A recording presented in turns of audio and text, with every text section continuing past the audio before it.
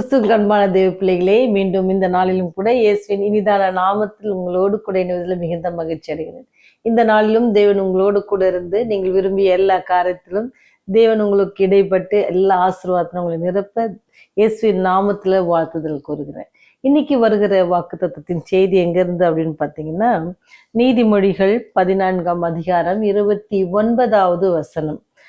நீடிய சாந்தமுள்ளவன் மகா புத்திமான், முற்கோபியோ புத்தியினத்தை விளங்க பண்ணுவான் அப்படின்ட்டு சொல்லப்படுது. யாரு ரொம்ப மகா புத்திமான் சொன்னா சாந்த குண உள்ளவன். அது எப்படி?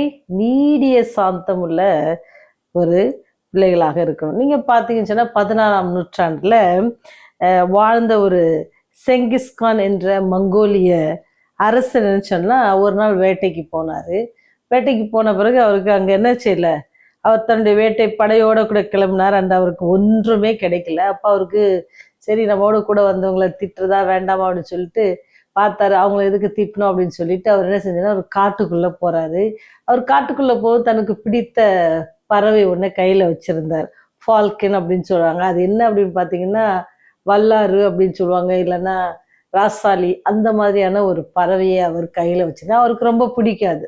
அப்படியே அவர் வைத்துக்கொண்டு 2 பேரும் அப்படியே போயிட்டு இருக்காங்க.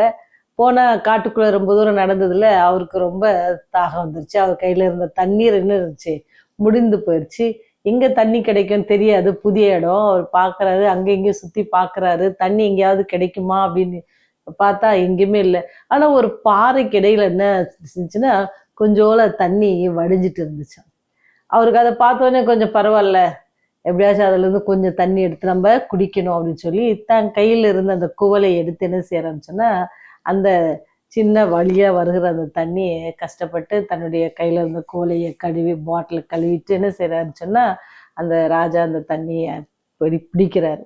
அவர் அது பிடிக்கும் பொழுது என்ன நடக்குது அப்படின்னு சொன்னால் நிரம்பி அவர் வாயில் அப்படி குடிக்க போகும்பொழுது அந்த ராசாலி பறவை வந்து என்ன செய்யணும்னா அந்த கையில் இருந்த குவலையை தட்டி விடுது.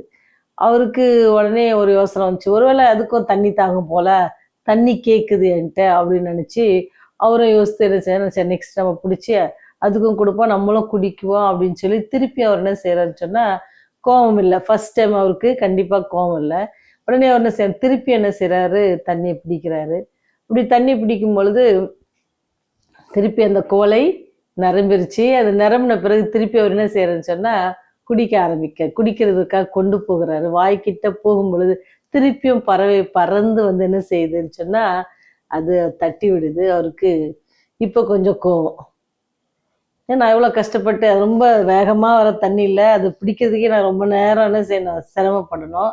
இதை இப்படி தட்டி விட்டுட்டே இருக்கே, இதை யாராச்சும் பார்த்தா என்ன நினைப்பாங்க, என்ன இந்த பறவையை கூட இவரால் கண்ட்ரோல் பண்ண முடியல, இவர் என்ன ஒரு அரசன் நினைக்க மாட்டாங்களா, என்ன யாரும் பார்க்குறாங்களான்னு சொல்லி அவர் என்ன செய்யறாரு, சுற்றி பார்க்குறாரு. நல்ல வேளை யாருமே அவர் கண்ணுக்கு எட்டின தூரத்தில் இல்லை. ஏன்னா உங்களுக்கே தெரியும், காட்டில் வந்து அவ்வளோ பெரிய மக்கள் இருக்க மாட்டாங்க, அங்கே எங்கே யாராவது ஒருத்தர் நடந்து கொண்டிருப்பாங்க. ஆனால் இவருக்கு என்ன பயன்னு யாரும் என்ன தப்பாக நினச்சிருவாங்களோ அப்படின்னு சொல்லி சரி 3வது முறையாக என்ன செய்கிறாரு அப்படின்னு சொன்னால் அந்த குவலையில் என்ன செய்கிறாரு, தண்ணியை நிரப்புறாரு. அப்படி அவர் நிரப்பும் பொழுது இப்போ 3வது முறை நிரப்பும் போது அவருக்கு தெரிஞ்சு இந்த தடவை வந்துச்சுன்னா அவ்வளோதான். அதுக்கு கையில் என்ன செஞ்சார், தன்னுடைய பட்டயத்தை அருவா கை சொல்லாங்க கத்தி, அதை எடுத்து கையில் வச்சுட்டு ஒரு கையில் கத்தியும் ஒரு கையில் என்ன செஞ்சார், தண்ணியும் பிடிக்கிறாரு.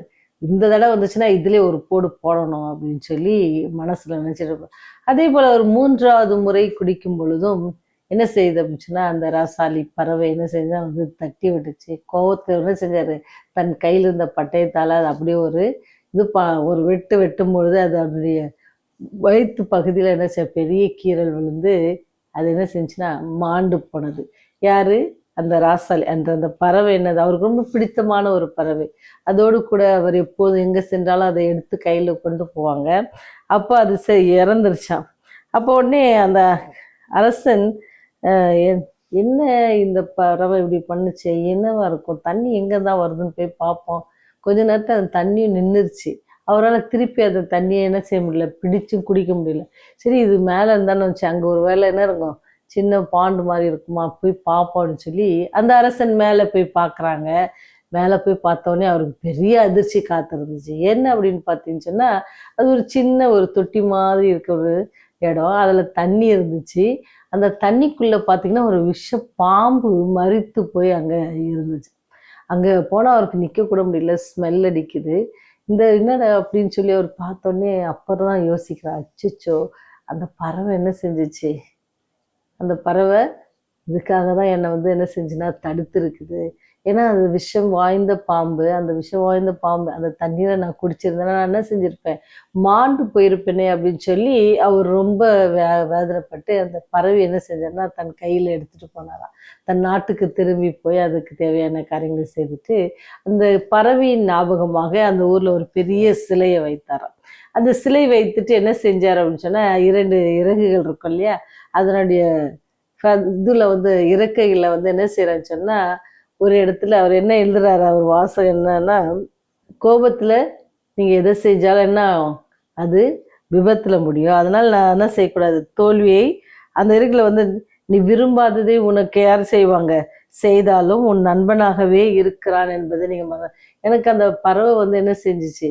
எனக்கு விரும்பாதது செஞ்சுச்சு. ஆனா அது என்னது? அந்த அரசனை அவனை நேசித்ததுனால அது காப்பாற்றியது. கோபத்துக்கு இடம் கொடுக்கிறவர்களுக்கு அது சாபமாக முடியும்.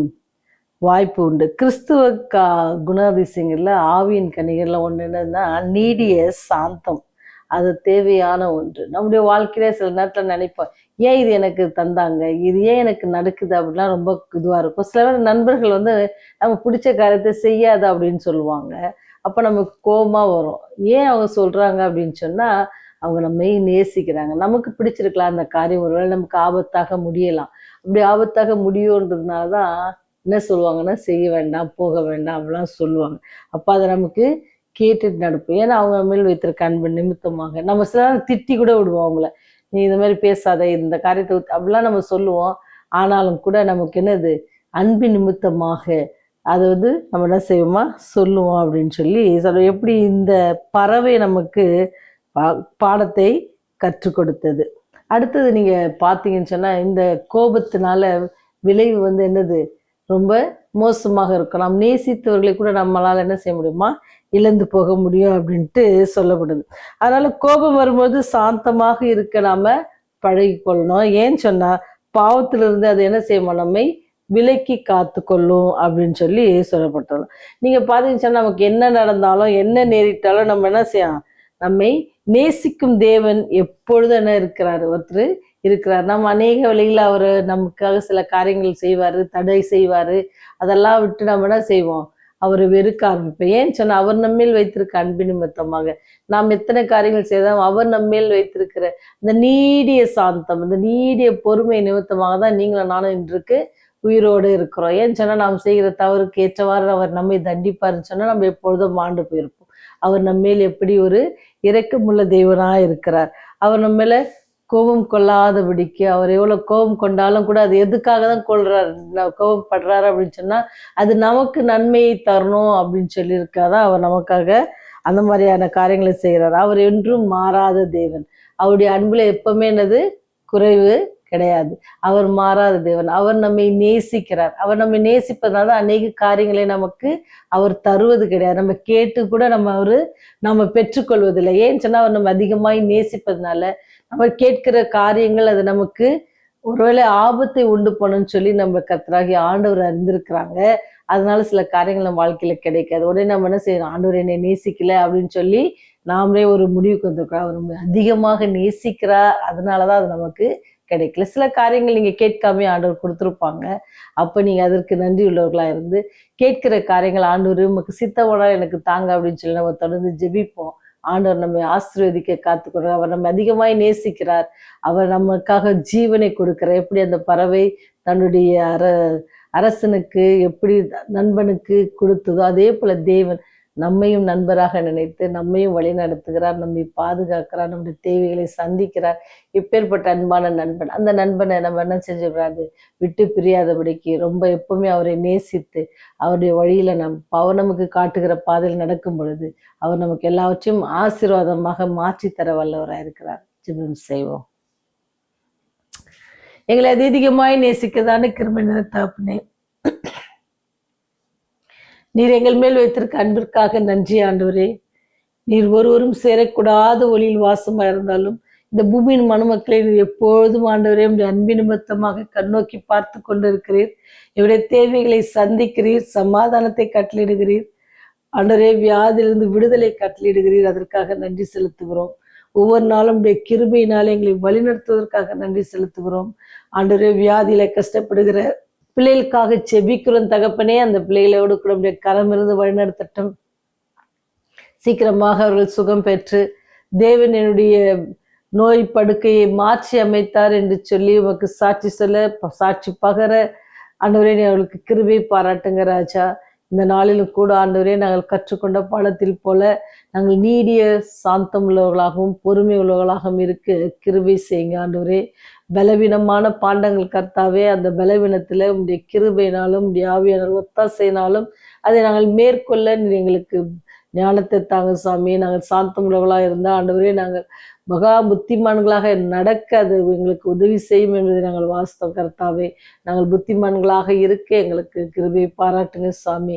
குற்றம் குறைகள் பாவங்கள் மீறுதல்கள் தவறுகள் தப்பிதங்கள் எல்லாவற்றையும் ஒரு விசை கூட எங்களுக்கு மன்னித்து உடைய ராஜ்யம் வரும்போது நினைத்தல் வேண்டுமா. இயேசுவின் வழியாய் ஜெபிக்கிறோம் ஜீவனுள்ள நல்ல தகப்பனே. ஆமென், ஆமென்.